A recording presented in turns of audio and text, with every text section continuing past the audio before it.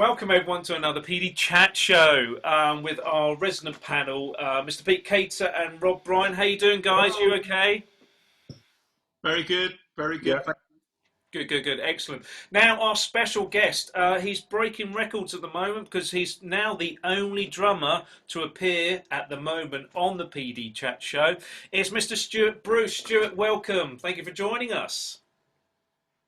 all right. Thank you very much. Very Yeah. kind of you to have. Oh, it's a pleasure. Now, for people out there who do not know Stuart, recording, sound engineer, producer, we'll get a little bit more into that, but wealth of knowledge, stories about drummers, and some famous singles and everything else, albums as well. But we'll get onto that later. So, again, if you are watching on replay, please put hashtag replay in the comments.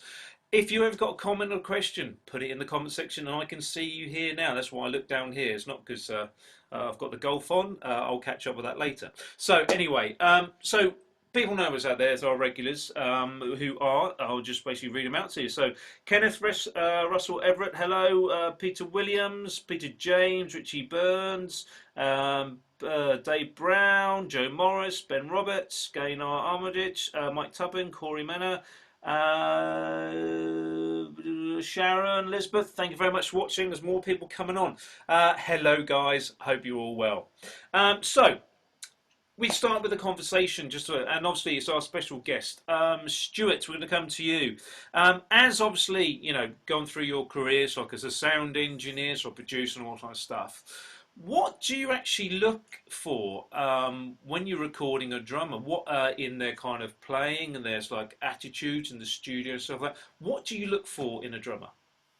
Well, I suppose there's two aspects to it really. The first one is that if I'm producing, and particularly if I'm producing, say, for example, a solo artist, where there isn't a specific band that's available, I'll quite often be very involved then in booking a session player. And so it's really about thinking about what that musician, what styles they're used to playing. And really it's down to their musical ability. You know, it's purely down to that. I'm not worried about sound. I'm not worried about any of those things because that's something that we sort out on the day. And most professional drummers, they're always going to be able to give you a variety of drum sounds, and it's really dependent on the style of music, and then I book the studio that suits that style of music and the sound that I want to create with it. But obviously if I'm working with a band, for example, or if I'm working with an artist who has a regular backing band, then I'm much more in the, you know, in the realms of having to check out what the player does on the job. And that can be either a blessing or a curse, depending on who the player is. But for the most part, it's a pretty straightforward thing. But yeah, that's principally the thing. Principally, what I'm interested in is the style that someone plays. Yeah. Great. Couple of people just come on. Chris Nesbitt, hello. Victorio, Chris Nesbitt, I recognise that name. yeah, go on, Stuart, as you said as well. So, Hi, Chris. Vittorio, Aaron Gull, anyone's just popped up, Paul Roberts, Glyn Jones, hello, good evening, everyone. Great. Just obviously, we'll come back to it in a minute, Stuart, but I just want to come to our panel. So, Rob, obviously, you know Stuart quite well. You obviously worked with Stuart as well, and this is obviously how we got this amazing guest on tonight. When you're working with like sound engineers, I'm just talking about sound engineers at the moment. Yeah. What is your relationship with them in the studio? Oh man, it's important. It's so important because you want to be able to talk to them and befriend them immediately, and you want to be the kind of person that wants, you know, that gives the same back, so they can come up to you and say, "Hey, look, Rob, this isn't working," without you thinking, "Well, it's always worked before. This must be your problem," type thing, you know. And I've seen those kind of scenarios. So work with a sound engineer that's patient, understanding, knows a bit about the instrument, isn't going to come at you with some gaffer tape and say, right, this is coming on your kit, you know. That's, to me, that's everything. And we've all had that in the past, people doing things like that, and it just winds you up. And then you're cross all day, you know, you don't play the music well. Going back in the room every time you see them, you know, you're not going to be happy. There's a vibe in the room, and then all of a sudden, what's supposed to be a great day of creating music becomes just a, you know, a war of egos and misunderstandings, which never gets sorted out. I think that's a very good point, is that ego is the thing which most easily mars a recording session. Quincy Jones very famously has used to have a sign on the door next to the control room. And it had a little arrow pointing down and a bucket underneath, and it said, "Check your ego here." Brilliant. Fantastic. Hello to Erica Newton. Hello, Erica. James Angel. Rachel Hughes. I think she's in Wales, because unless your name is Wales as well. Alan Gilbert. Welcome. Thanks for watching. Pete, obviously, talk to us like studio. Talk about live there. Obviously, what do you expect from a sound engineer when you're actually performing? Well, it very much depends on the circumstance. What I expect, whether it's live or studio, and I am, you know, 95% a live drummer, is to get the most accurate representation of what I'm actually doing across to the audience in just the same way as if I'm making a record.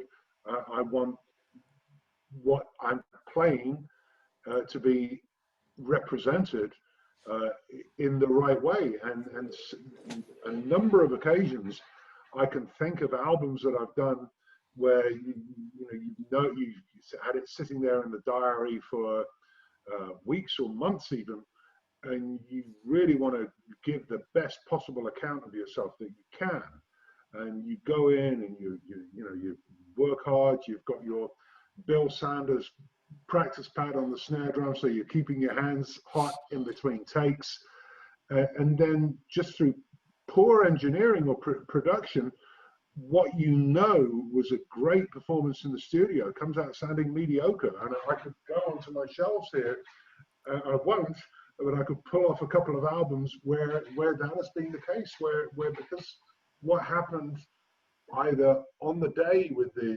miking of the room, or in the post-production, a great performance came out when the record came out sounding quite average. I think that's a really interesting point. It's a really interesting point, because I mean, you're quite well known as a jazz drummer, yeah? Yeah, I guess so. Yeah, and so nuance is everything. Yeah. That's the thing, isn't it? Mm-hmm. And so, you know, if you're confronted with that as an engineer on a session, and musically the style is what the music is requiring is an accurate capturing of that nuance beyond anything else. Yeah. That has to be your first port of call. I've never understood, for example, engineers that suddenly go, right, I'm going to create this amazing new sound for you here, when you don't know. Yeah. Yeah, sure, it's great. I mean, Rob's testament to this, that you know, there's various projects that he and I have done over the last few years where I've said to him very specifically, I am looking for something that sounds almost electronic, you know, so bring your electronic head with you, but it needs to be played. Yeah. And we will investigate what we can do sonically in order to make that work, so that he can hear that while he's playing it, and that actually inspires him to play the thing that I need him to play. But if I want him to come in and play something far more nuanced than that, then absolutely we record it in a completely different way, and we approach it in a completely different way. It's always about the music. It's never about the sound. Sound comes second, I think. Yeah, it's a very interesting point. Yeah, it's. I think the Quincy Jones anecdote is very, very pertinent, very, very salient. And I've been in a number of situations. I used to do what I would consider to be, by modern standards, old-fashioned, old-school type studio work with musicians who were like a generation or two older than me, and they, you know, I just kind of got on the tail end of that when I moved to London, and they liked the way I played. But is the thing about the hierarchy in the studio? It's like, okay, and you get this kind of thing of like rutting stags vying for supremacy. Yeah. And when I've been recording my own albums and co-producing them, I have been very much reliant upon the quality of the engineering. And the first solo album that I did was the performances were great. The engineering was disastrous, and we.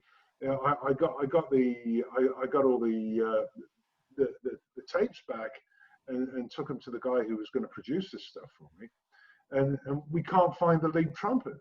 It's like the first trumpet, the top note of the brass section ain't there, and we eventually found it in the left-hand channel of the piano, and I then had to get the lead trumpet player to come back in and overdub some of his parts, and it's about, from my perspective, as a musician, it's about, as I said a moment ago, getting the most accurate representation of the music as I know it to be.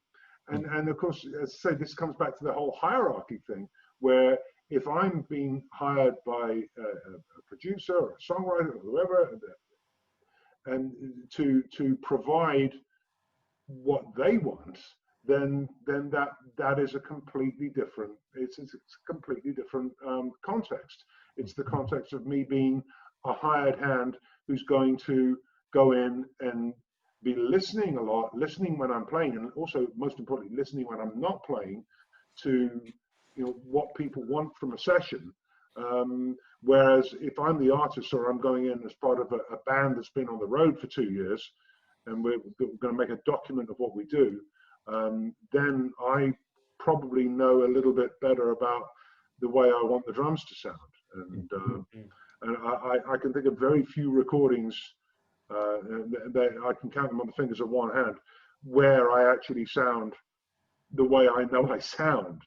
And it was, I had a bit of a eureka moment when a good friend of mine, the great drummer, plays with, who does he play with? ABC, Rich Brook, opened a studio, and he said, can we come over and I'm just getting some miking together and getting some of the, learning about these preamps and all this outboard gear and software. And he mic'd up my drums Glyn Johns style. And I hadn't really known about that prior to then. And it was the most authentic representation. And it's just like a 5-minute video on YouTube somewhere of me playing with a big band backing track, but it sounds like me. I know it sounds exactly like what I was playing. And I've had, not to say heartbreaking would be just over dramatizing and being a little bit passive aggressive, but I have had records come back 3-6 months after I recorded them and been so disappointed with the end result, and it's like, hey, why, come on, this is how we sound, please, and please represent us in the manner in which we intended the music to be heard. We've got a couple of guys just popped on. Carol Dre, hello. Michael Romeo, Dino Henny, hello. How you doing? Dave Lester, we're all good. There is a question coming up. I'll ask that later on. I just want to ask a question because it's recently just happened to me. Would you believe?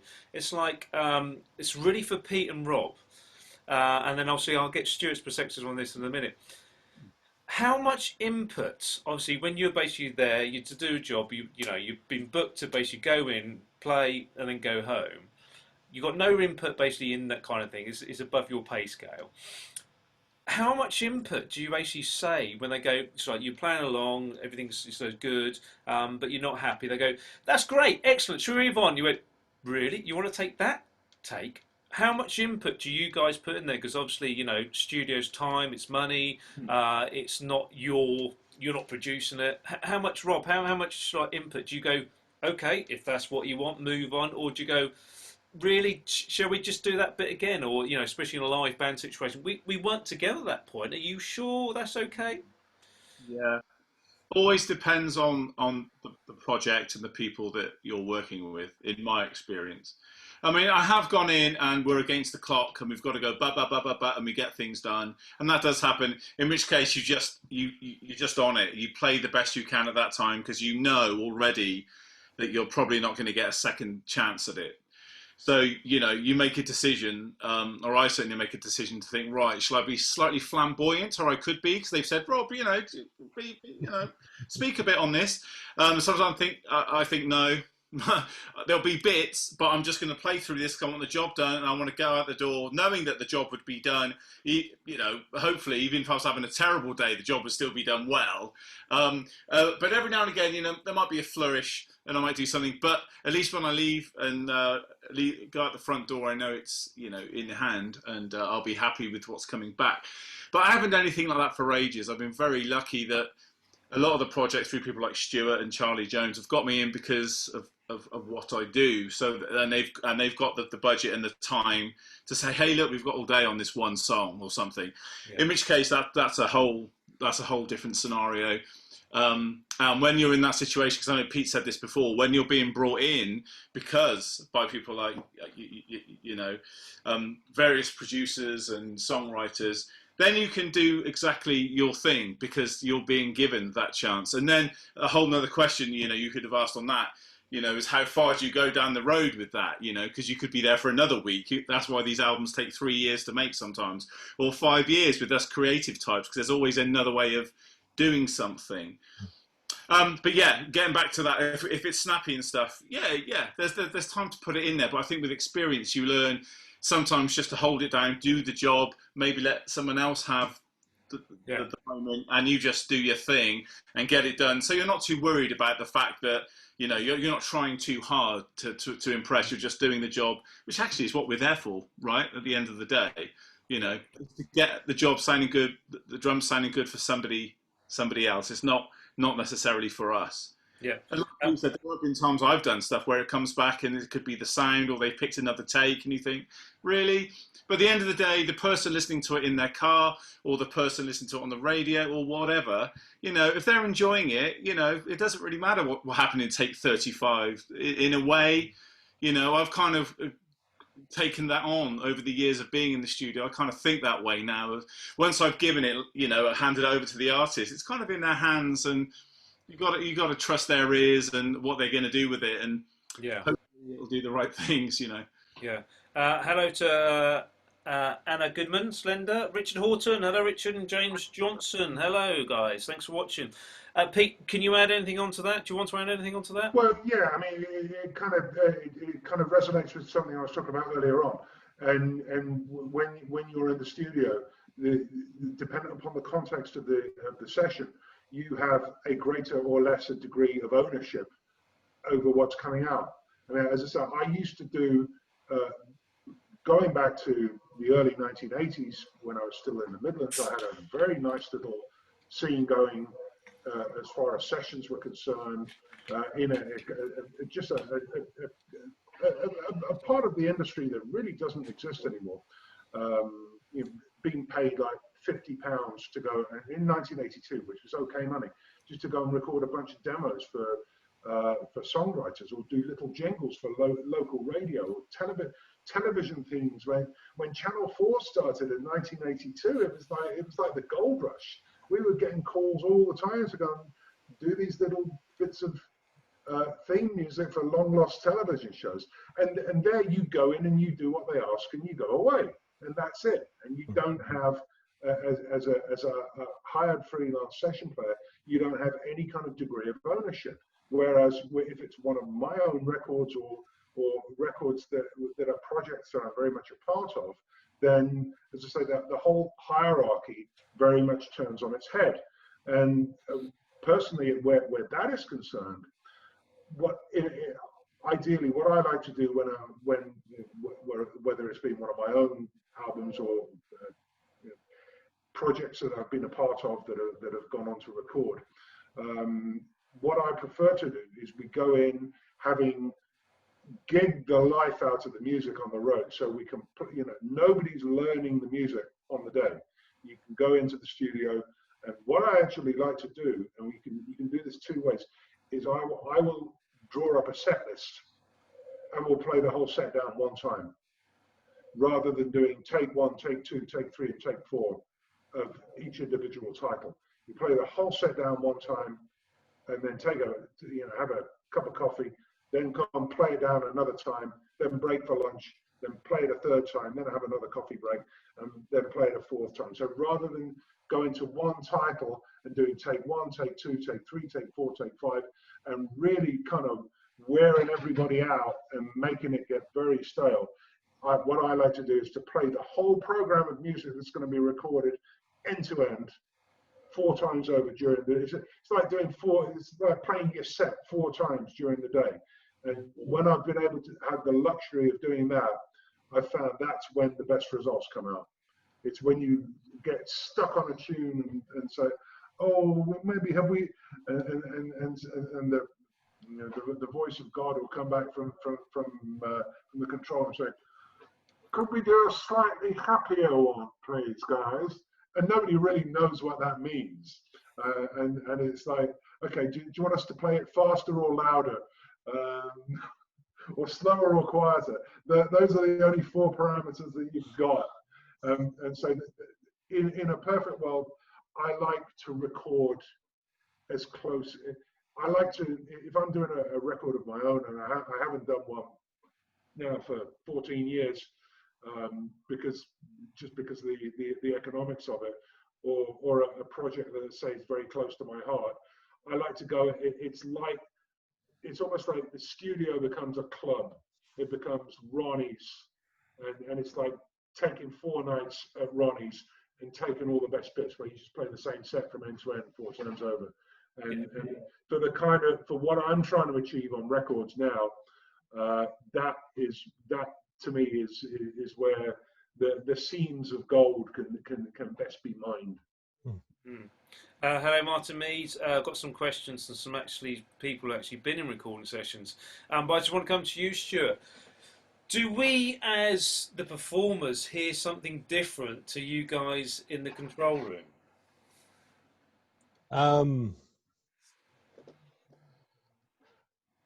Well, sometimes I can assure you that it seems that way.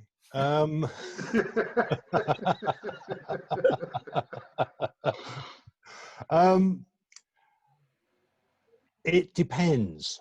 It very much depends on the approach that you're taking with a particular production, for example. For me, coming from my end of it, and I mean, there's some very interesting points that I think you both made there that really resonate.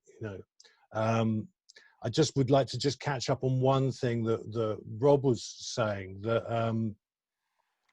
that was part of the original question. This thing of, do you leave it there, or do you put your hand up and go, excuse me, but could I try another one of those, please? Because I think that was not quite as it should be.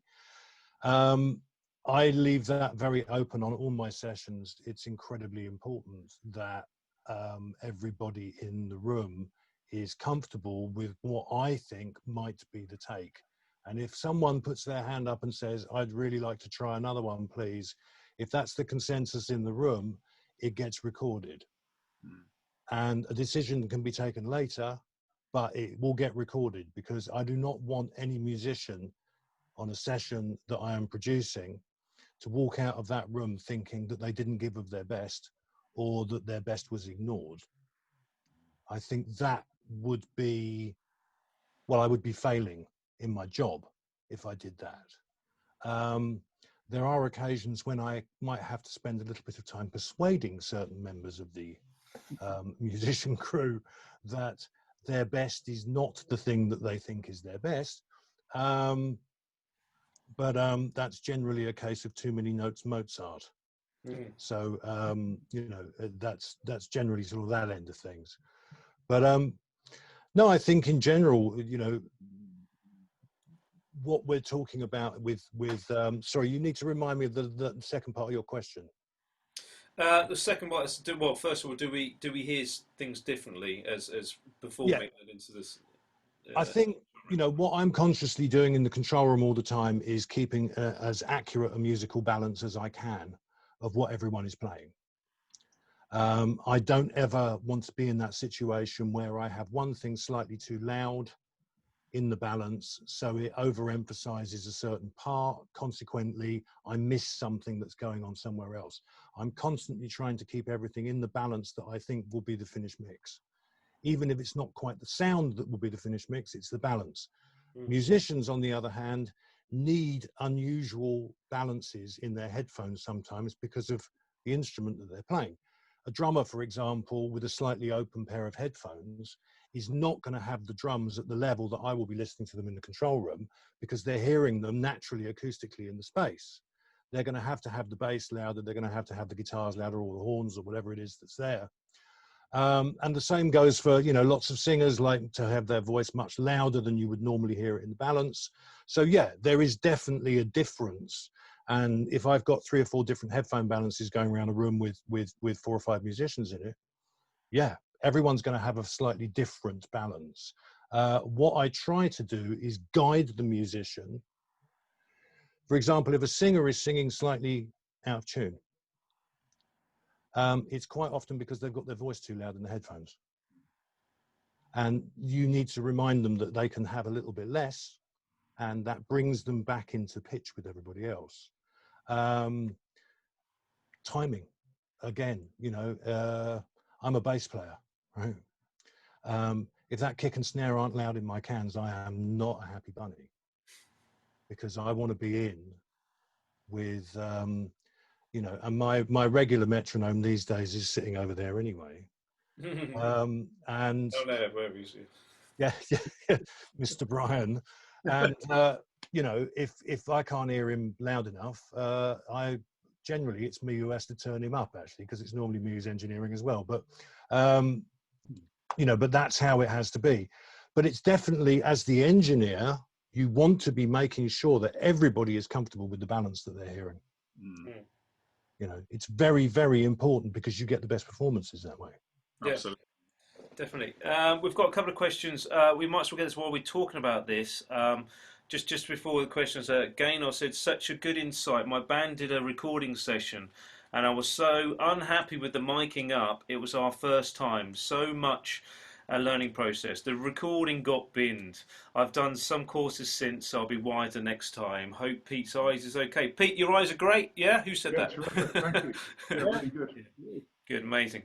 Let's just go and answer these questions for while we're on the subject. It's like in the studio, basically. Richie Burns, on live shows, well, we can get it from everyone's point of view, whether they think, but on live shows, where's the best place for the bass drum mic to be placed, inside or outside of the drum? Stuart, what would you do if you're in a live situation? Okay, well, there's 2 things here. First thing is, if you've got, it depends on what if you've got an outer bass drum head, because, you know, some people still do use single-headed bass drum. It's pretty rare. I know, sinners that they are. But, Pete's just fainting. You're okay, Pete. But you know, if there's a hole in the outer head, which hopefully is at an angle at a height which you can actually get a microphone through, which I could write you a book on, then it's probably because the drummer is going for a tight padded bass drum sound. If you're going for a tight padded bass drum sound, if you're in a rock band and you want that real attack, get the microphone inside the kick drum. If you're playing jazz and you don't have a hole on the outer head, as very often the jazz player will not, there is only one sensible place to put it, and that is outside. Yeah. And if you're going to go outside, don't go too close. Move away a little bit, because that drummer has invented a bass drum sound that you're supposed to hear from at least 10 feet away. And so putting the microphone 2 inches from the head is going to make it very, very, very heavy in the low end, because you'll have proximity effect, because it'll be a cardioid microphone. So you'll be overemphasizing the bottom end, and you will not get an accurate amount of dynamic.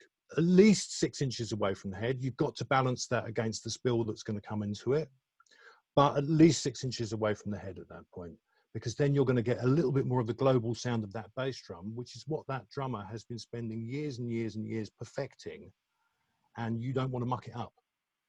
Yeah. So, but if you want that attack, go inside.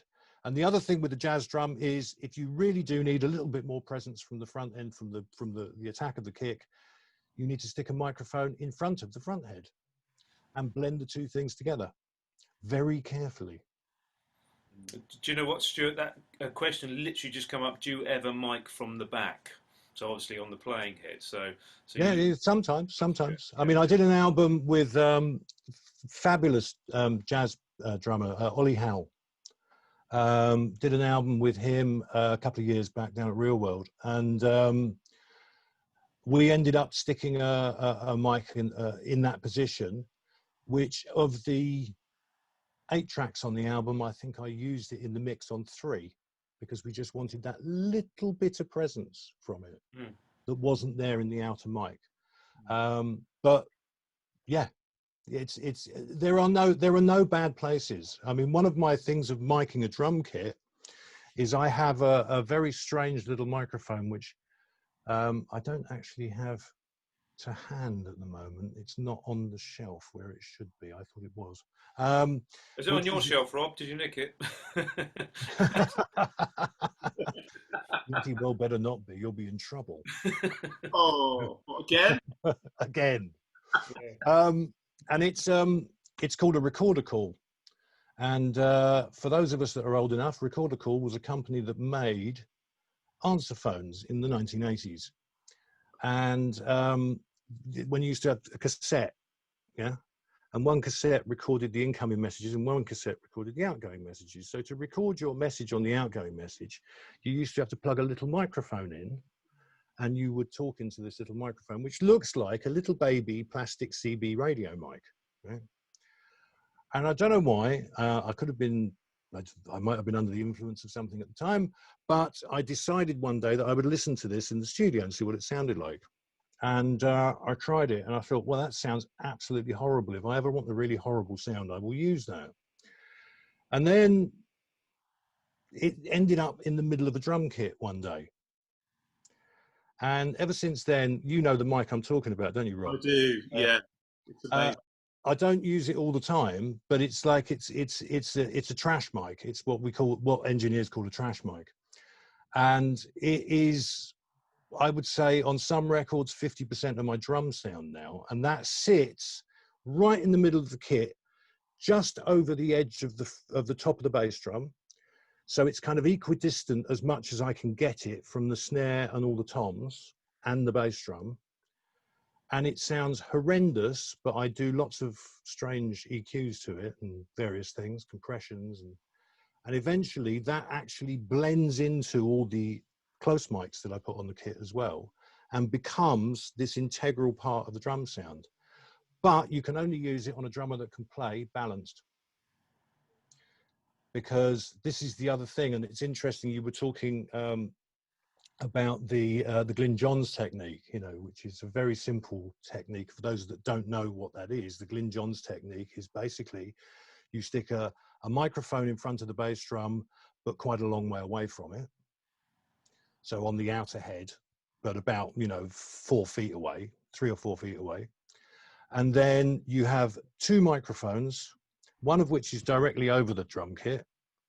And the other one is, if your floor tom's over here, it's back there.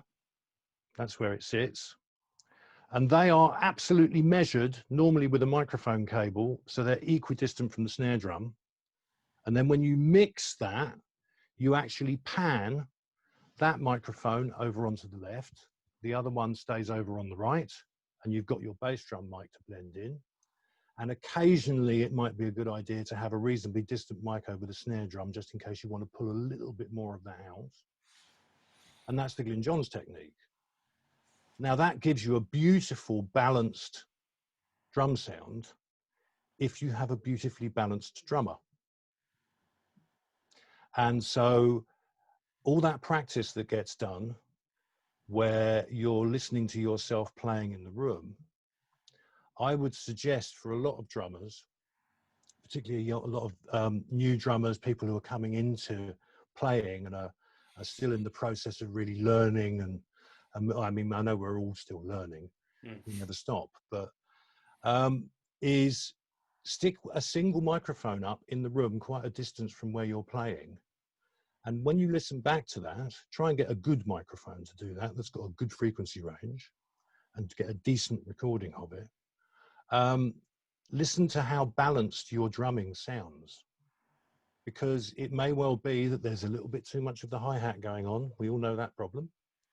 Or it might be that the kick drum occasionally drifts away and comes back. It might be that the snare drum just gets very over loud on occasions.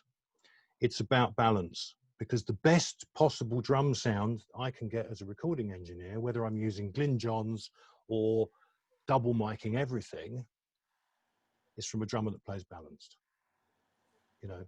And I say this to students all the time. I say, think of your four limbs as being like four faders on a mixing desk, and have the ability to, you know, bring the bass drum forward, take the snare drum back, to bring the ride cymbal to the front, take the hi-hat to the back of the mix, be able to mix yourself while you're playing. It's really important when if you're playing live and you're playing, we've all done gigs we've all gone to do that posh cocktail party in an art gallery somewhere where everything is stone floors and glass, and if you can't mix your drum sound on the fly yourself, you're going to sound terrible.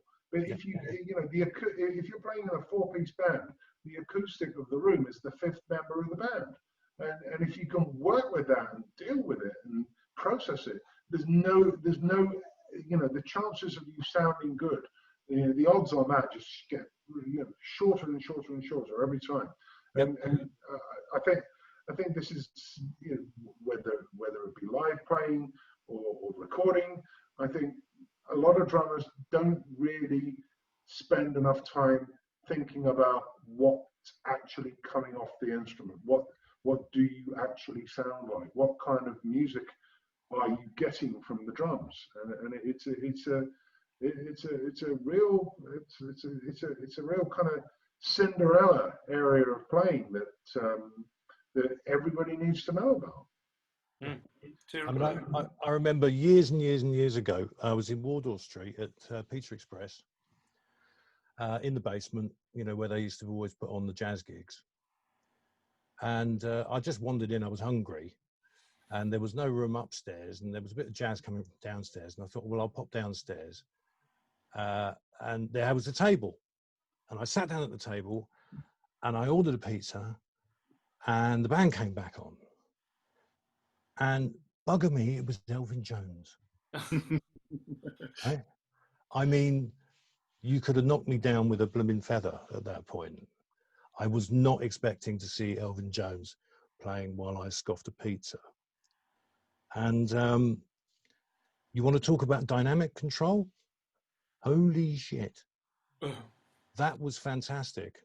There was a point where he was doing a little pressed roll, and it was quite a quiet moment, but he was about to bring the band up, yeah? And so he brought the band up, and he did this one hit on the snare, yeah?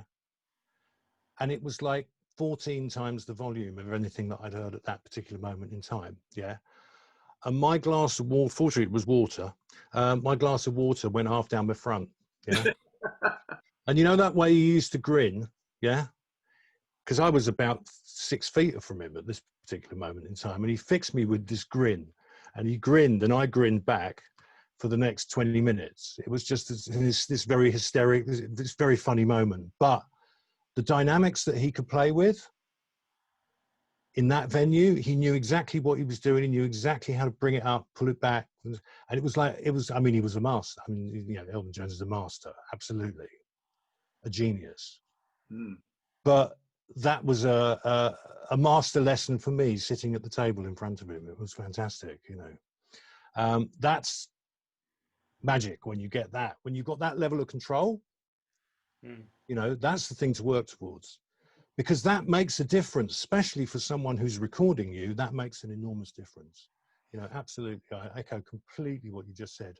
It's about live playing. It's about studio playing. It's about any kind of playing. And every other musician in the group should also be taking note of that as well. Absolutely. Yeah. Yeah. Thanks for joining, Mark Valenda, Ben Williams, Steve Bonham. Got kind of things like Peter Williams saying, "Hi Matt, great show tonight. Probably one of the most interesting we've had. What a guy Stuart is." Well, we've got another sort of 3/4 of an hour, so we'll see. We could listen to him all night.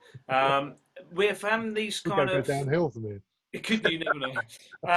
We're having a few questions on kind of mics, recommendations for mics. You know, it's like, what do you think to this mic and that mic? I'm not going to say the names of different mics and all that kind of stuff. I think that's a bit unfair because, as I say, like shopping around, isn't it? But I suppose the question is out there: are mics important, or is it like the auto interface that is important? Which one is it? Microphone choice is incredibly important. I don't think I can go any further without naming names, though. You can name names, but you know, Yeah. so you can. There are a lot of and it really depends on what you're doing. What's the music? You know, that's the important thing, because the mic choice starts with the music. Every choice that a recording engineer makes starts with the music. If it starts with the recording engineer's ego, you've got the wrong recording engineer. Yeah, absolutely. But certainly it starts with the microphones, and there are obvious microphones which work better on bass drums. There are obvious microphones which work better on tom-toms. There are obvious mics that work better on snare drums. And certainly as far as all the breakables are concerned, you know, your cymbals and your hats, you definitely want to be looking, if you can, at condenser microphones, because they capture the transient response of those parts of the kit best, and they capture the beauty of the high end of them. Yeah. But obviously, when it comes to things, it depends. You know, if you're playing in a rock or a pop band and you want to have that really fronty kind of bass drum, apart from the idea of getting it inside the kick drum itself, the other thing you've got to think about is which microphone do you use, because each one of them has a different presence. There's a sort of different way that it peaks the high frequencies and the low frequencies. So, for example, if you've got an AKG D112, which is absolutely one of the classic bass drum mics, that has a particular presence peak which gives you a certain type of click into your bass drum. Yeah. If you decide that that's not for you and you want something that's got a little bit more warm low end and a little bit maybe slightly refined top end, you might want to go to something like an Audix D6. Snare drums, obviously the 57, the SM57 is the classic snare drum microphone. But I also use Beta 201s. I use an enormous cross section of things, and I will use a condenser mic on the snare drum if it's the right thing. If I'm recording a jazz drummer and we want it to be close and there's some brushes involved, there will always be a condenser quite a long way from the snare drum. Certainly recording brushes, you don't want to go anywhere near it, too close really, because it sounds horrible, because it's designed to be heard from a distance. But yeah, ribbon microphones for ambience, ribbon microphones over the top. The classic Glyn John sound is a pair of what's called STC Coles 4038s, very old BBC vintage ribbon mic design. They sound fantastic when you use them as a Glyn Johns pair, you know, the one above and behind the kit. But you can go into super expensive valve microphones on bass drums as well. And I even did a session once with Simon Phillips where the producer said to me, I want to mic everything with Neumann U87s, which are like a big kind of classic vocal mic. He asked me to double mic the tom-toms with Neumann U87s. Now, no studio in the world has got 14 Neumann U87s except for perhaps Abbey Road, right? And this was when I had my London days, and I had to spend like fortunately I knew 3 days in advance and had to borrow loads of microphones so that we could double mic all of Simon's 7 toms in the kit he had at the time, I think. Top and bottom with Neumann U87. It sounded great, but it's very difficult to even get that many mic stands around a drum kit, you know. But it's, yeah, so there's lots of different things. But yes, there are lots of different microphones, and it's certainly worth looking at kits as well. If you're looking to buy a set of microphones to record your drum kit and you want close miking, there are really good kits by a company called Audix. There are really good kits by Shure, and I think Bayer Dynamic do one as well. And they are all very, very good. But really, it's about, if you can, borrow one, test it, find out what it sounds like, so that you know it suits what your drums sound like, because that's the other thing, is it very much depends on your style of playing and the type of kit that you're playing, how you make it sound, how you tune it. I hope that's very interesting for you guys out there. There was one question, what do you think on Audix mics? And you've just answered that one. So that's why I didn't want to name anything, because it may come up. So there we are. But when a plan comes together. Bill Mellison, thanks for watching. William Simpson Fraser, thanks for joining. Archie Rose. And also, I haven't said this since August.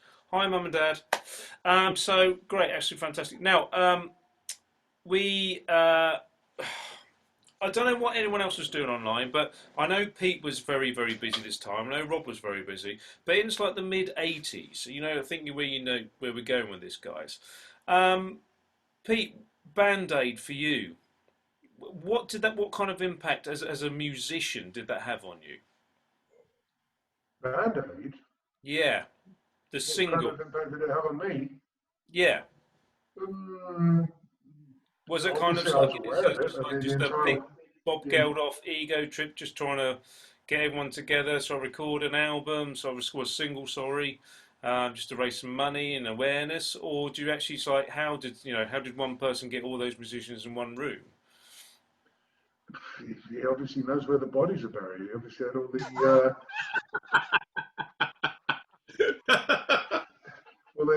all the Super 8mm home movies in a strong box somewhere, I guess. Yeah. I mean, for myself, you know, obviously the whole world was aware of it, but it didn't have any particular effect on me. I was just kind of hustling away, trying to get my career out of first gear, which was very, very much how I spent the mid-'80s. Rob, what about you? Was it an impact for you, or? Yeah, I mean, God, when it came out, I mean, yeah, what was I, 14 or something, 13, 14. And I love the video. I was young, Top of the Pops was my thing, you know, and seeing that at #1, and I had no idea I was watching Stuart Bruce on it every year. I had no idea until he told me about it. And I've known him about 15 years, and I didn't even know he was in the video. But yeah, playing along to that, the Phil Collins drum part with it all that way for Phil. It was just great, man. It was just going to school, thinking about it, buying it, my sister playing it all of the time. It was just a moment, but I was young. I was a kid. So for me, it had a massive impact. And then the gig as well and everything. So yeah, and I thank you for creating such a great drum sound. And Phil Collins playing such an iconic drum part all the way through, and the big da-dung-ga-dung, you know, it's just fantastic. But as Pete said, you know, depending on where you were at the time, and I know some people had, my parents probably not much impact at all.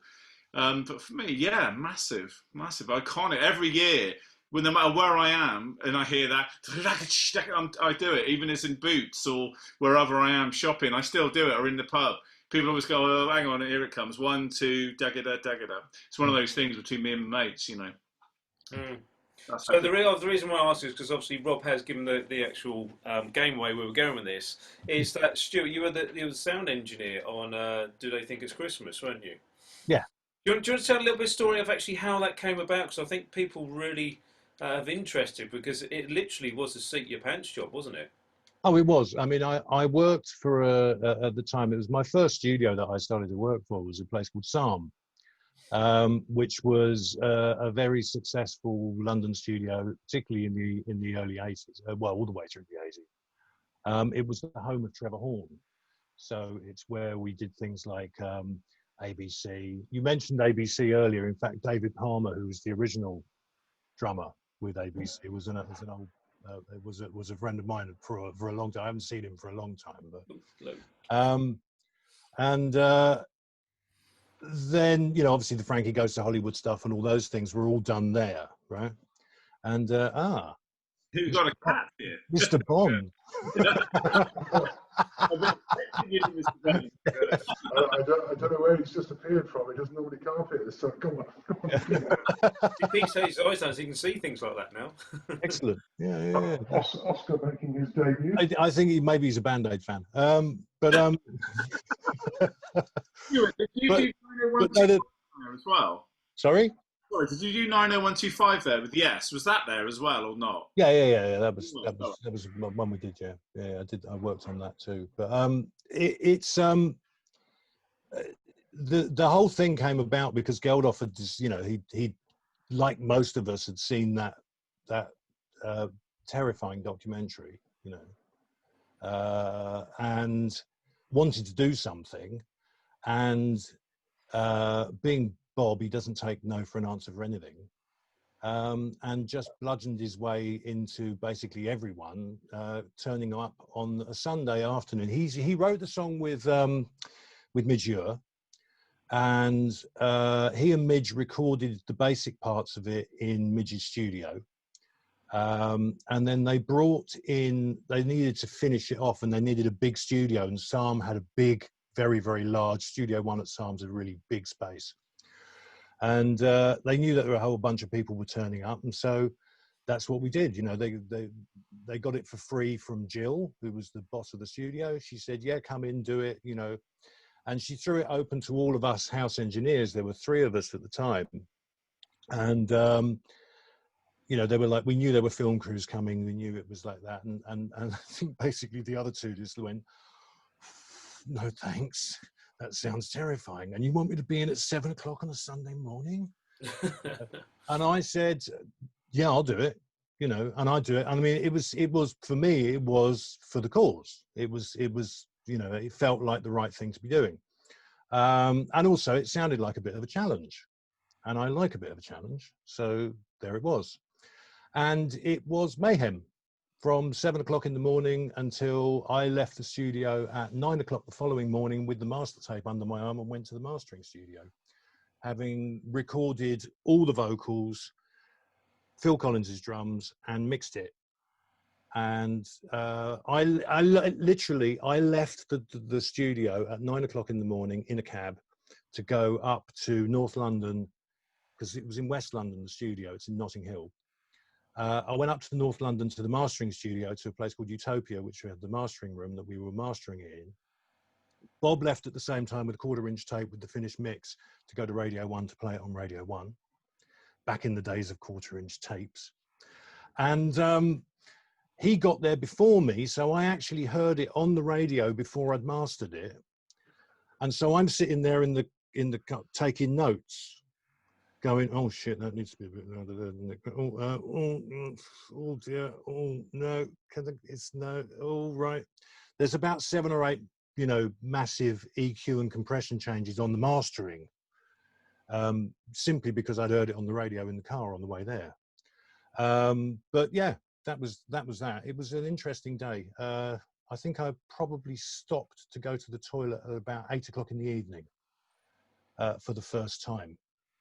It was that full on. I mean, it just was insane. We had 7 film crews. There were 70 members of film crews and paparazzi in the studio filming and taking photographs while the singers were singing. Nothing was posed for the cameras. There wasn't the time. Wow, it's amazing. Did you have any problems, obviously, with miking anything up or anything in that particular? Because obviously, you usually want to spend, an hour setting things up on different things. So obviously you didn't have that, did you? No.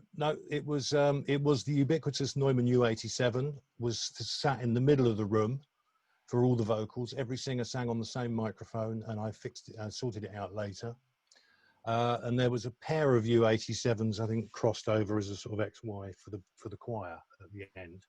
And the biggest problem we had was we had to have someone standing next to the singer all the time to beat off the members of the paparazzi that kept walking in front of the bloody microphone while they were singing to take another picture, you know. But it's okay, because the studio boss, Jill Sinclair, who had very kindly given them the studio time for free, is also quite famous for being quite scary. So she had that job, and she did it wonderfully all day. Great. Yeah, So, no, it was good fun. great. You had obviously had Phil Collins. How was he, and how was his drums and all that? Were they good? Yeah, well, we had about 30 people sitting in the control room, which it wasn't a control room that would take 30 people, so it was very difficult to move. And Phil was sitting behind me from 10 o'clock in the morning. He arrived first thing, was ready to go. His tech had set the kit up out in the studio, and he was just behind me. And every time someone would stop singing, he'd jump up and go, "Drums!" And we go, no, later. So all day there was this drums, later. And then eventually we said, right, drums. You know, it was like 5 o'clock in the afternoon, 6 o'clock in the evening, something like that. And he said, great, okay. So his tech said, I'll go out and just bash around the kit for you to get the sound, you know. And I was watching this guy with the drumsticks, and he was beating them with 2 hands, you know. And I was thinking, like, this is a little bit over the top and slightly ostentatious. Anyway, got the basic sound set up like that, you know, the levels that I would need. And obviously this is an analog recording. So, you know, you're setting levels, and it's, you know, you've got a bit of leeway in the levels, but you've got to be sensible when you record things. Obviously, otherwise, if you set them too low when the drummer starts playing, they can distort. So there's a general rule, particularly in analog days, I would tend to keep the levels a little bit lower. Phil goes out, he's got a click track, and he's got the whole mix ready to go in his cans, playing the track, and he just goes bang and records right the way through the song, perfect take, distorted to buggery, because it was so loud. Now I understood why his tech was using 2 hands on a drumstick to give me a rough idea of what the sound was like.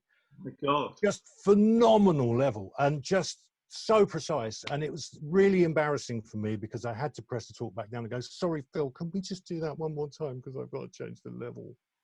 And he did it very graciously, second take, perfect, beautiful, done. And then he came back and sat back on the sofa and didn't shout drums anymore. And I was very impressed. I mean, it's incredibly impressive. You know, he's one of those players that could just do that. And he knew, he'd been sitting, I mean, he said to me, he did say to me afterwards, he said, I'm quite glad I got to listen to it all day. Well, because I knew what I was going to play. Yeah, right. Yeah. It helps, doesn't it? Because obviously something like that, you just go in, you go, well, what do you want me to play? Yeah, fine, off you go. I haven't got a clue. Nick Langston, we've got a question. I'm going to come to Nick Langston. Nick Langston. Nick Langston. I'm going to come to Pete first before he gets too much hair on his top. It said, good to see you all. Secondly, talking about the 80s, do you miss the days in the late 80s of the big production when you had the likes of sort of Phil Collins, Manu Katché, Omar Hakim featuring on great albums, the likes of Sting, Tears for Fears, Brian Ferry? Will that kind of stuff, do you think, will ever, in its way, would you want it to come back as well? So will it come back, and would you want it to come back? Pete? To be honest, I feel that's like so much of what was going on in the third and fourth quarter of the 20th century. That's a music industry that simply no longer exists. And I think what the question is about is these, you know, producers would assemble the most stellar gatherings of musicians to play on albums, and you know, you go back through those all those, you know, 1970s, 1980s LPs and CDs, and you know, look at the lineup and the some of the choices and pairings and combinations of musicians were absolutely inspired, and it wasn't necessarily like teams of guys who worked together a lot. Sometimes it was, but a lot of times you think about those big, primarily I suppose American recordings of that era when you've got, I mean, Steely Dan is such a great benchmark for all of this. You look at all those wonderful players who would be put together in various different combinations, and some of it was merely magnificent, and some of it was totally off the scale, and it was a way of making records that it was the era of the session musician. I happened to do it the other day. I was looking for something for a student, going back through some issues of Modern Drummer magazine from the late 70s and early 1980s, when the studio players were the stars. They were the world famous drummers, and it was a moment in time, and it's gone. And the industry just doesn't work like that now. That was very much the leading edge of how records used to get made. Producers and artists would let's get this guy, let's get that guy, let's fly him over first class from New York and put him up in the Landmark and take him into Abbey Road for 2 weeks and see what it really happened. And again, it was you just got a cup of coffee. It was very much a thing of its time, and it was, as I say, a moment in time, and it was very much a norm of how the industry functioned back then, which, as I believe, has passed, and it's a shame. Mm. So it was very aspirational for as a young player, as a pro who was making his way in my kind of early and middle 20s at that time, when all of this was really at its height. It was very aspirational. It gave you something to kind of to aim at. You think, oh, I'd like to be that guy. I'd like to be in a situation where you were this most expensive triple scale gun for hire, and there some of the guys who became, as it were, household names at that time, are very much still doing what is left of that industry. People like Vinny, people like Gad, they're still there doing it.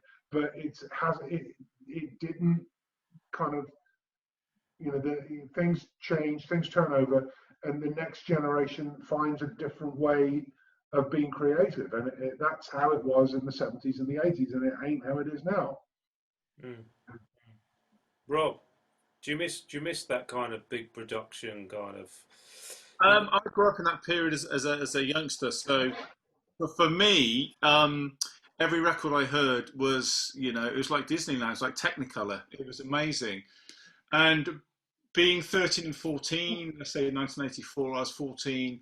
I was looking on the back of the covers to see who was playing, but it was more about the sound that was coming out of my speakers, or outside my Sony Walkman. That's what was really getting to me. And then secondary was to see who was on it.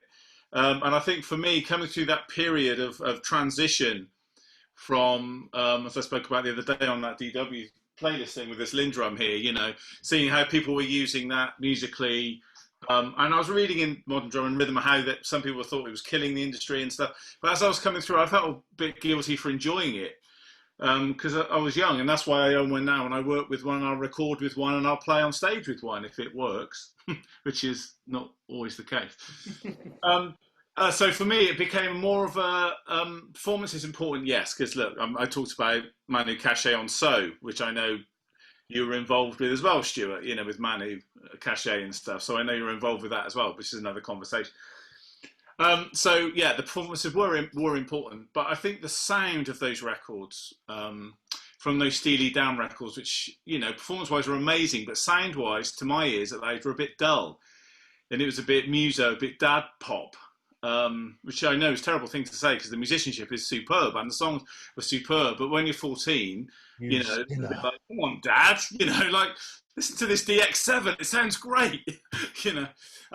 But what it did do was teach me about, as I grew up and matured a bit more, about the values of the recording. And I get as much listening from a Steely Dan performance as I will from listening something like, some electro stuff that was done in the mid 80s. And as we go forward now, those production values, I think, that Nick's talking about, I think they were a lesson learned. But I think, as Pete was saying, the perfect thing would be, well, actually, like Nick did, was like, right, we need to get those sounds. So we know how to get those sounds because we lived through that decade, but let's have it with real musicians making those sounds, which is actually what Stuart said at the start of this when we were making electronic music. And it kind of done a circle. It's gone around the other way. So the values now are actually, for me, it's like, yes, do you want a record to sound like it's electronic, but you want it to be human? Yes. And now we know how to get that thanks to that 80s period, So now the drummers can come back and say, well, if you want something to sound that good, I can play like that if that's what you want. All right. And I could bring this element into it. And I think that's the nice thing about the fusion of recording technology, even home technology, which I know is killing studios off. But the thing is, the truth of it, how many people can get a really good drum sound at home? It's really hard to do that. As Stuart, I'm sure, will testify, you need to go to a room which can breathe, unless you're doing a really lo-fi kind of bedroom album, which is a Beck type thing, which could be cool. So it's an interesting question that Nick has put in there. And for me, it's the marriage of those two worlds coming together. So performance and musicianship, but also understanding the technique of recording the music and going through that whole 80s period and then coming back around the other side and thinking we can use some of that stuff, which may be a bit tacky, but we can use it, for good. Yeah, just a couple of people just watching. Ian Stocks, Ollie Usiskin, Ted Duggan. I forgot to mention Ted, I think. So thanks, guys, for watching. Stuart, I'm going to put the other spin on it. Do you, as your job that you do you want those big productions to come back?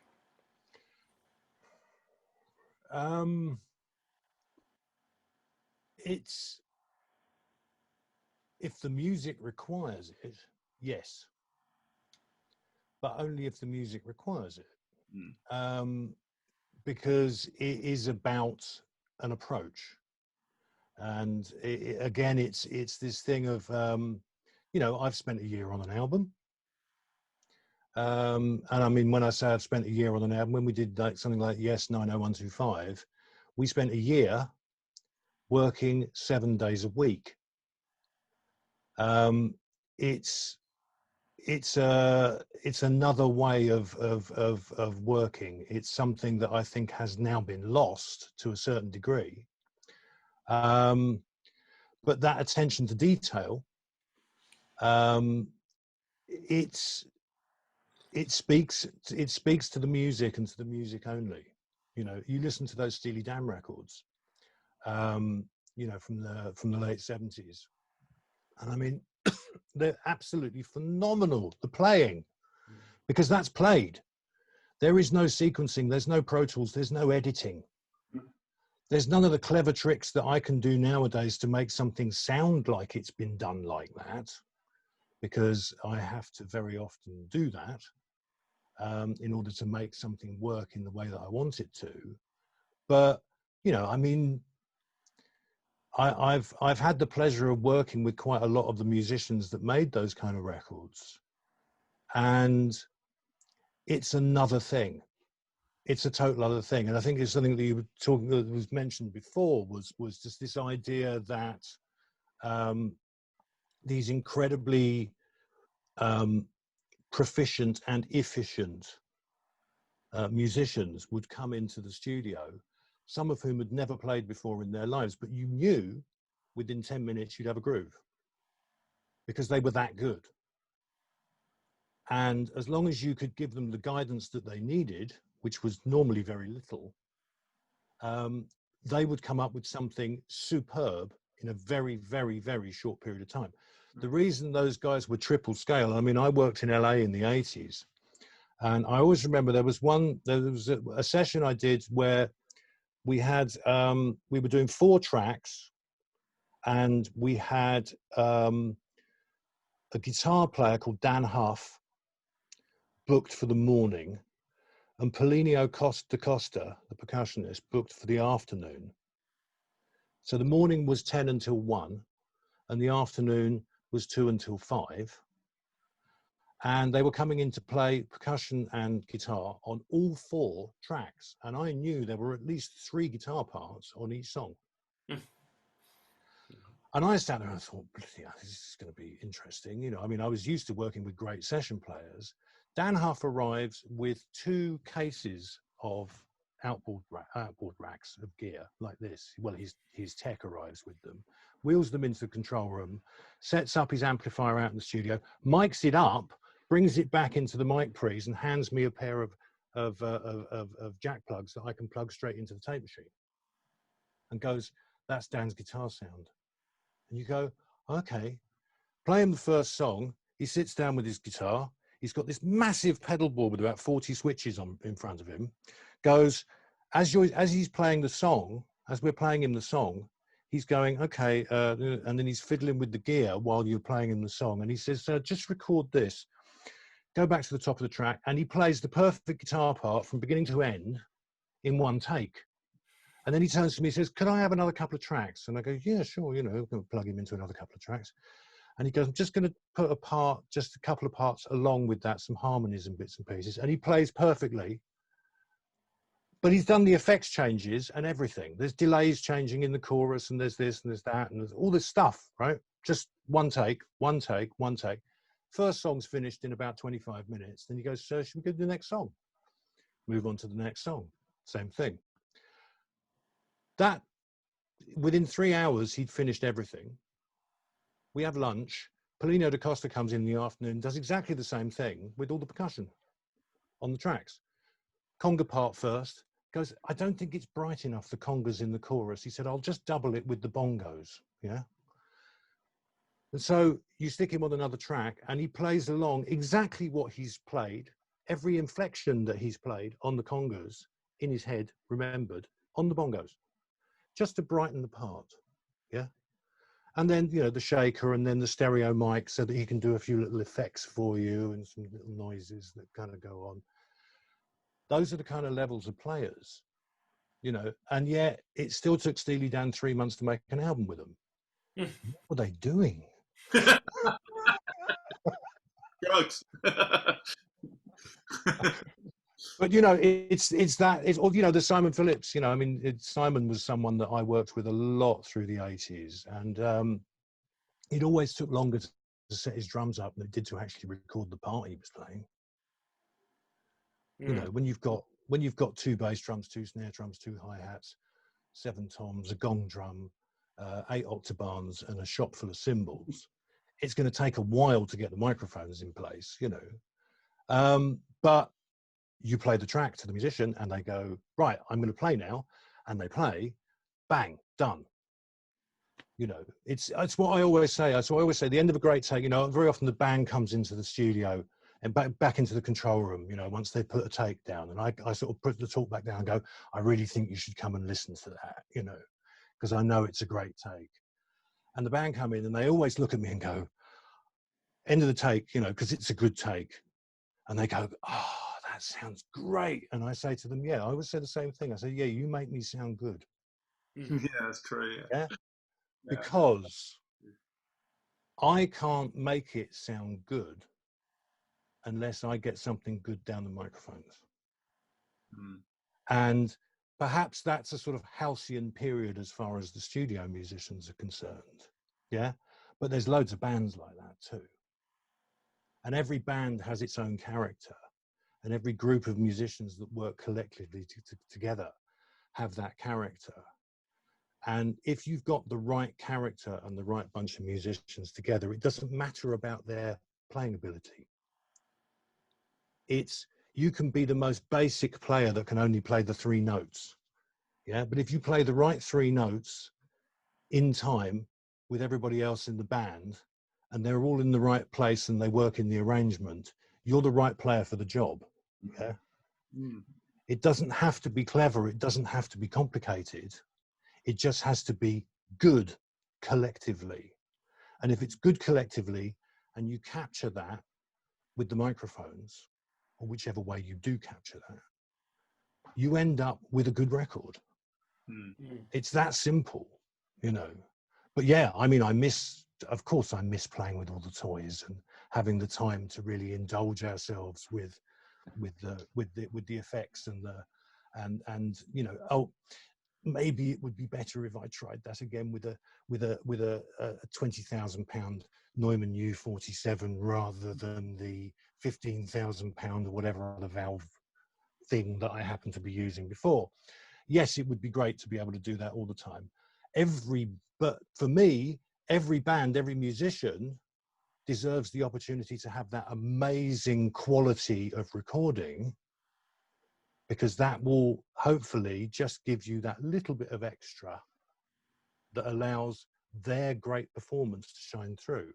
But it's the great performance that I'm always looking for. I'm not looking for the, you know, if I haven't got all the right gear to record something with, but I've got the right band and I've got enough gear to record them with, I'm happy. Mm. Well, thanks for that. I remember when I was sitting in the clinic with Simon Phillips, and he had his full rig out, and this little boy, he must have been, what, 12, put his hand and goes, "Do you need all those bass drums?" Which I thought was quite fun. And he said, "Well, actually, that little 18 one at the end, I just set it up just to see the sound engineer mic it up, and I will never use it. It's hilarious." Little things like that. Talking about Simon, Ted Duggan's going to say, Stuart, did Simon Phillips put paint tins in each bass drum when recording? Paint tins? Yeah. No, I can remember him decorating once because I used to go and record with him in his house. But I don't remember paint tins. No. I think there were some weights in them at various points to hold the damping cloths in position. Right. But I don't remember paint tins. But I quite like the idea of paint tins, actually. Oh, there we are, Tug. Ted, quickly get that sort of copied right. Ted Duggan's paint tin weights. Yeah. I like that. I'm Yeah. quite keen on that. There was a mic pre once which was called the paint tin. It looked like a bucket of paint, and you used to put it, and it had mic pre's in it. But There we are. as far as I know, Guys, I do have a quick Simon Phillips story though. go on quickly then. Yeah. Quick Simon Phillips story, which always we did an album because Simon used to live in Suffolk, and I used to go out and work with him out there, and he had a really lovely studio in his house, and obviously he had the drum room where the kit was set up, and this room, it was quite a decent sized room, but obviously it looked small because of the kit. And we were doing a record, one of his neighbors was actually Jack Bruce, and we were doing a Jack Bruce solo record, and Simon was terribly excited. Called me up and said, "You've got to come up and do this, you know, do these, we've got 4 days of tracking." He said, "I'm playing for 2 days and then Charlie Watts is coming." And so we did 2 days with Simon, with Jack, and I forget who the guitar player was now. I think it was Phil Palmer. And then we took Simon's kit down overnight. Charlie's kit had arrived the day before in its flight case. And so we set Charlie's kit up. And it was watching Simon set Charlie's kit up that got me, right? Because there was such reverence in the way that he treated the kit and he got it up. And then he finally dared, once we'd set it up, he finally dared to sit and just play it a little bit. And it just looked hysterical because I was so used to not being able, I don't think I've ever seen Simon play the drums properly, right? Because he's not the tallest of people and the kit is very big.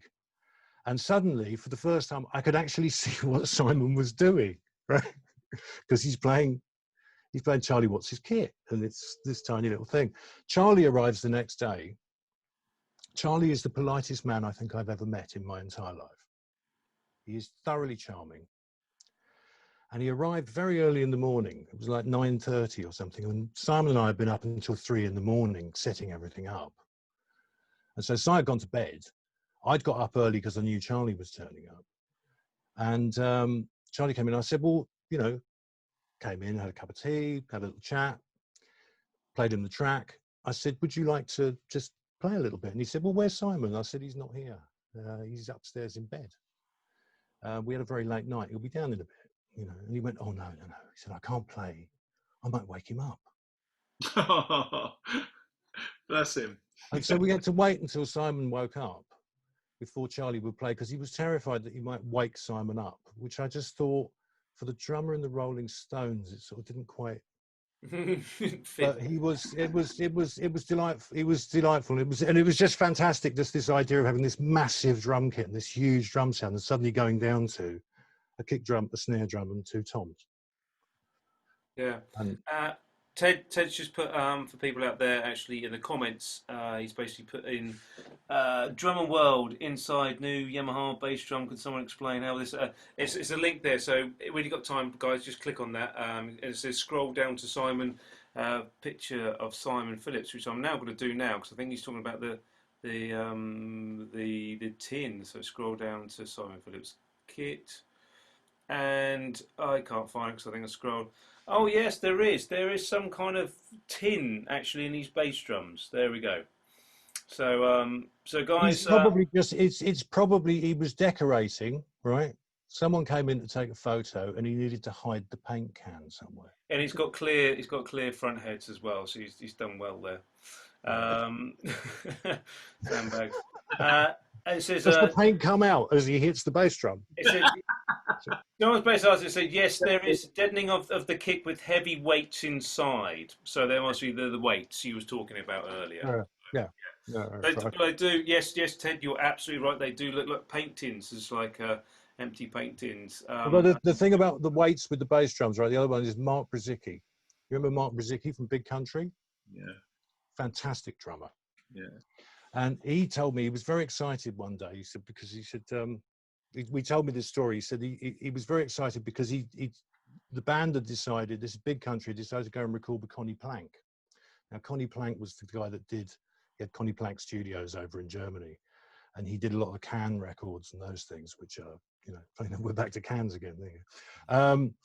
And, you know, he's a bit of a legend, Connie Plank. And so he'd spoken to Connie on the phone. Connie had called him and said, you know, look, said, you know, you're coming out, because he was going over there to record with him. And so Connie called him up to talk to him about the drum sound. And he said, listen, he said, you will like it very much. He says, I have the rock.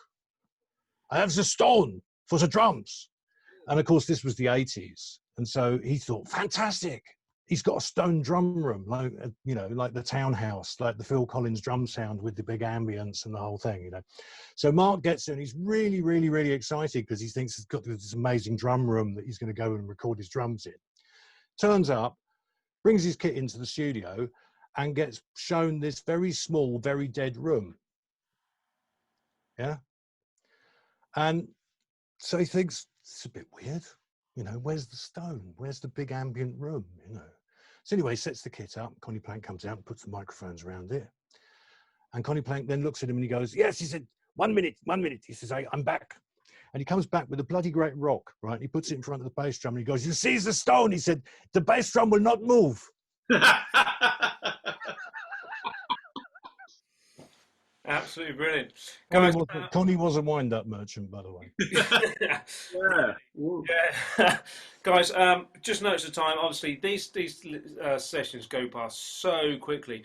Thank you very much for your comments and all that. As I say, we've only got just over excuse me, something was in my tea.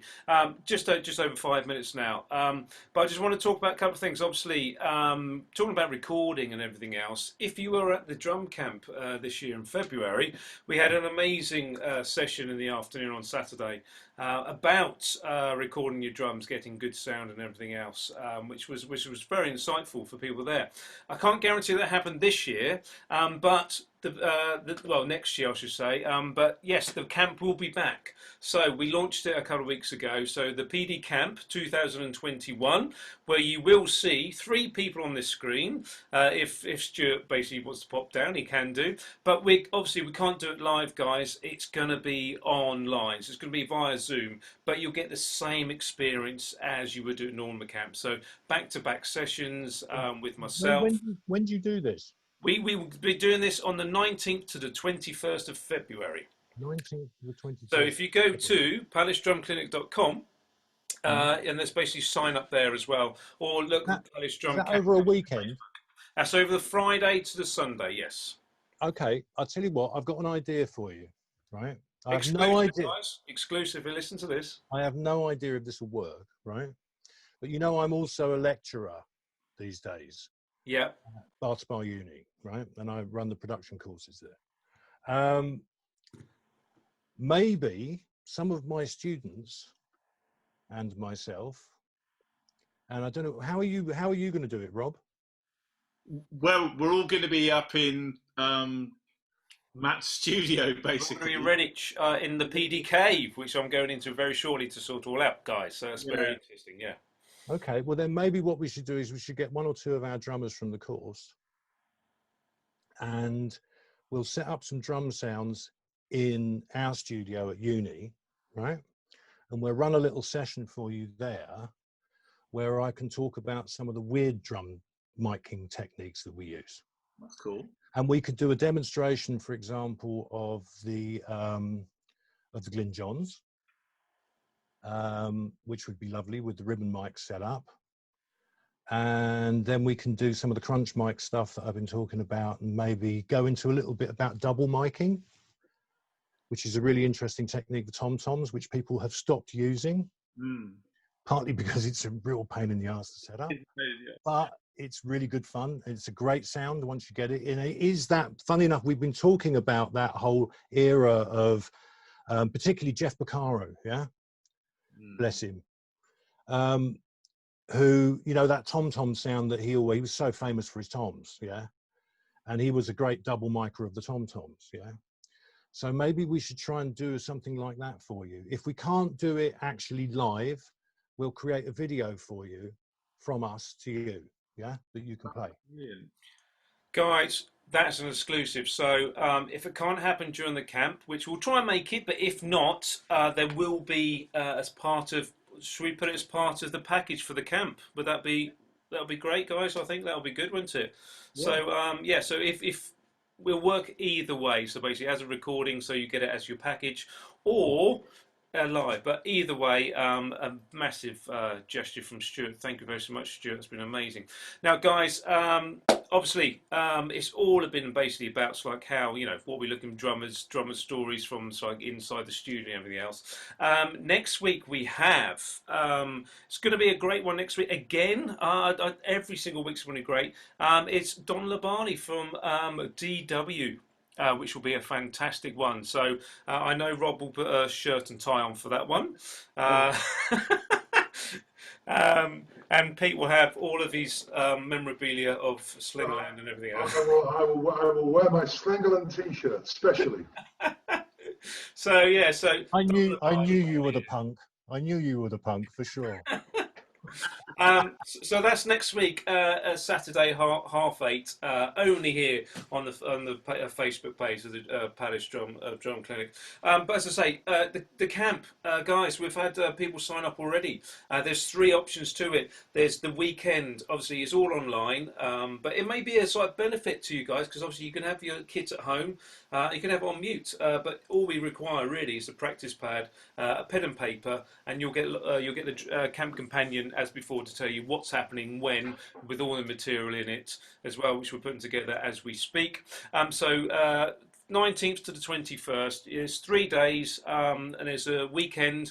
And if you can't make that weekend for any reason, which I don't know why, you wouldn't want to be there, there is actually going to be a recording. I'm going to take a recording of all the weekend, and we can give it to you once that. So it's a 3 option. So go to the palacedrumclinic.com, go to the actual event there, which is obviously Palace Drum Camp 2021 and sign up. I want to see all of you there.